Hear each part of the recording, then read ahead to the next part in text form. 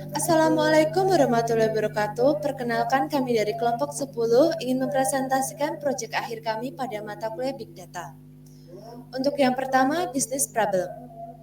Dataset ini digunakan untuk melihat tipe migren yang dialami pada usia tertentu dengan variabel-variabel tertentu yang berpengaruh, seperti durasi migren, frekuensi migren, dan intensitas migren yang dialami. Dalam dataset ini akan dilakukan data profiling untuk mengeksplorasi visualisasi data yang nantinya menampilkan data yang diduplikasi dan missing. Kemudian akan diproses untuk menghapus data duplikat dan missing pada dataset. 2. Data profiling. Pandas profiling adalah pustaka Python yang memungkinkan dalam membuat laporan yang sangat mendetail tentang kerangka data pandas tanpa banyak masukan. Umumnya, EDA dimulai dengan df describe, def info, dan lain-lain yang harus dilakukan secara terpisah. Data profiling memperluas laporan kerangka data umum menggunakan satu baris kode, yaitu data.profile report, yang secara interaktif menjelaskan statistik. Kemudian, untuk menginstal Pandas Profiling on Google Colab dapat dilakukan dengan perintah pip install berikut, yang nantinya hasilnya akan seperti berikut ini. Untuk memastikan apakah sudah terinstall, dapat dilihat bahwa di sini sudah ada sukses installed. Kemudian langkah selanjutnya adalah mengimport library yang akan kita gunakan untuk membuat Pandas Profiling, yaitu NumPy, ASP.NP, kemudian Pandas ASP.PD, dan Pandas Profiling untuk mengimport profile report. Selanjutnya adalah membaca dataset yang telah kita masukkan. Di sini kami menggunakan dataset datamigran.csv. Jika pembacaan dataset telah berhasil, maka di sampingnya akan ada tanda checklist. Untuk selanjutnya membuat laporan. Untuk membuat laporan pada profiling Pandas dapat dilakukan dengan cara berikut, yaitu dengan menggunakan perintah profile report. Di sini kami menggunakan eksploratif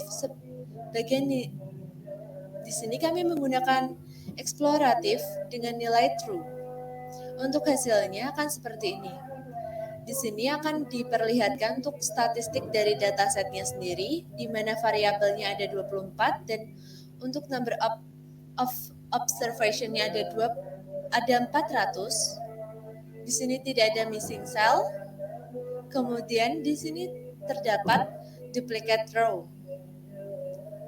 Dan total size memori yang digunakan adalah 103,8 kilobyte.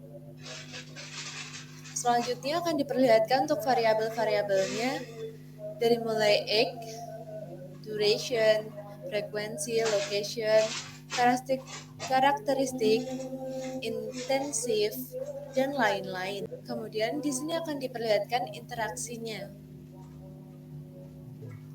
Akan ditampilkan antara interaksi frekuensi dengan umur. Dan untuk menunjukkan korelasinya akan diperlihatkan seperti berikut. Untuk melihat missing value dapat dilihat pada diagram berikut. Kemudian ini untuk menampilkan row pertama, 10 row pertama. Selanjutnya ini adalah 10 row terakhir, dan yang terakhir ada duplicate row. Di sini akan diperlihatkan mana saja data yang mengalami duplicate row. Selanjutnya, laporan HTML dapat langsung disematkan ke dalam sel dengan cara yang sama. Untuk caranya sendiri dengan menggunakan profile.toNotebook.inFrame. Kurang lebih akan ditampilkan seperti sebelumnya, di mana ada dataset statistik, kemudian variabel,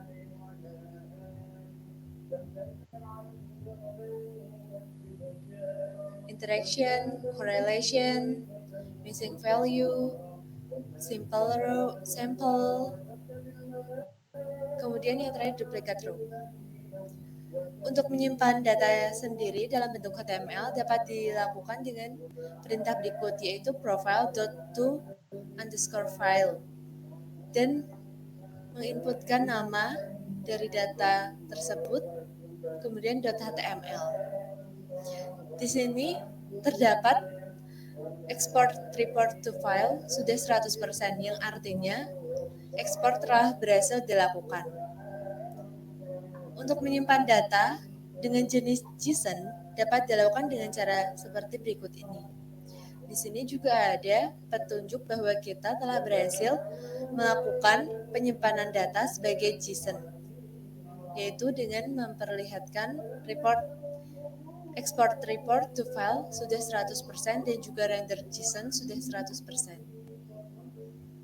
Kemudian untuk EDA, di sini kami memperlihatkan 5 data teratas dengan menggunakan perintah df.hit.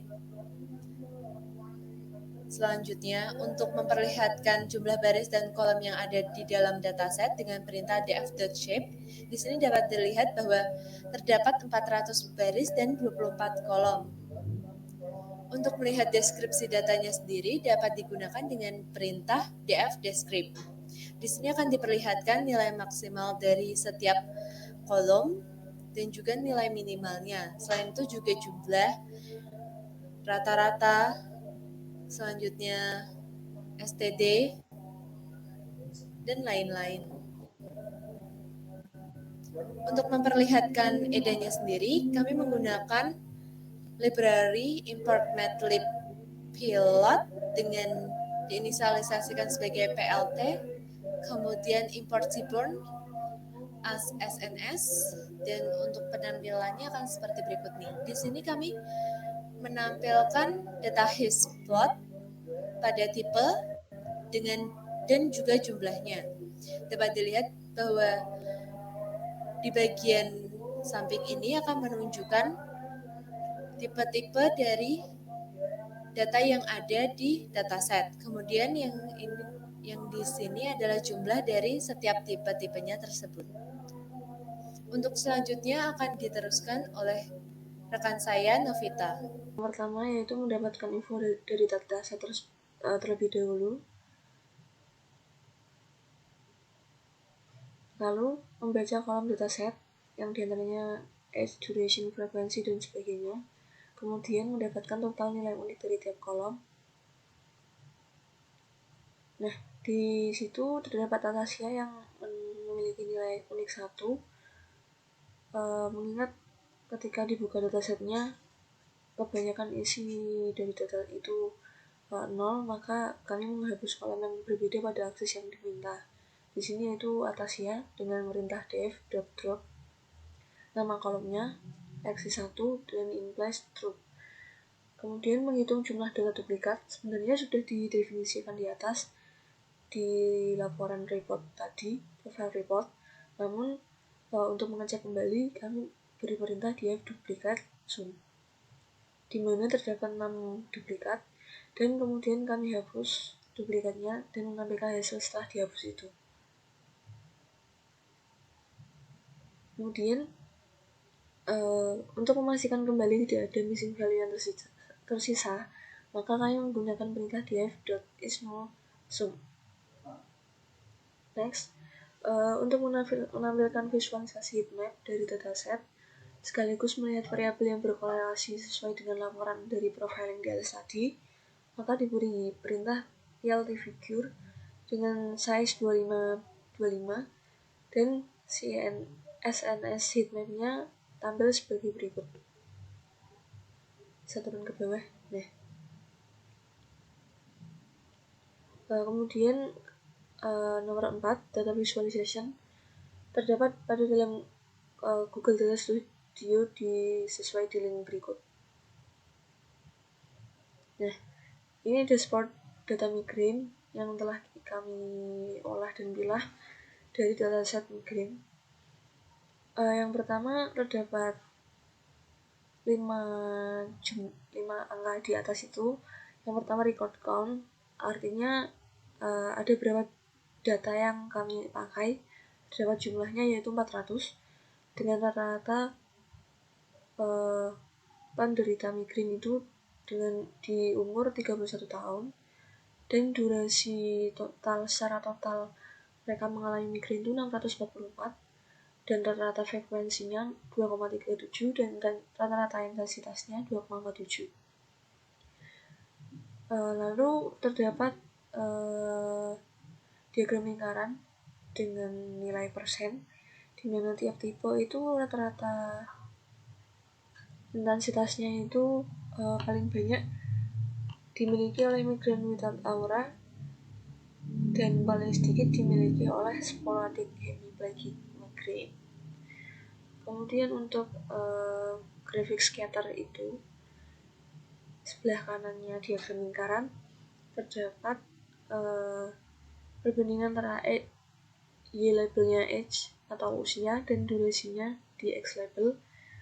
Untuk setiap tipe itu rata-rata usia di atas 20-an memiliki durasi sekitar 25 ke bawah dan usia 25-30 pun sama. Namun 33 ke atas sampai 35 itu biasanya mencapai durasi 60-an sampai 250. Durasinya mencapai 60-an dan 250. Sementara usia 38 mungkin sampai 40 itu memiliki durasi kurang lebih 25-an. Dan ke bawah itu terdapat tabel di mana tiap tipe memiliki jumlah masing-masing. Tipikal aura without migraine 20-an, 20 total 20. Tipikal aura with migraine terdapat 247. Sporadic hemiplegic migraine 14 totalnya. Migraine without aura 60. Familial hemiplegic migraine 24. Basilar type aura terdapat 18. Dan migrain-migrain yang lainnya terdapat 17 data. Kemudian untuk grafik batang di sampingnya itu menampilkan tipe dan frekuensi rata-rata di mana tipe sebagai X label dan frekuensi sebagai Y label. Di sini tiap tipe memiliki rata-rata frekuensi. Untuk migrain without aura itu 4,2. Lalu tipikal aura mungkin bisa disorot ya Mbak Lutfia. Untuk yang kedua, tipikal aura without migraine itu mencapai 2,5. Lalu di sampingnya tipikal aura with migraine itu 2,1 dan untuk migrain familial hemiplegic migraine itu mencapai 1,7 atau 1,6 ya. Sporadic hemiplegic migraine itu mencapai 2,1 juga dan basilar type aura pun sama. Sedangkan untuk migrain yang lainnya itu mencapai 1,8. Sekian dari visualisasi di Google Data Studio yang telah kami buat. Kurang lebihnya mohon maaf. Terima kasih. Assalamualaikum warahmatullahi wabarakatuh.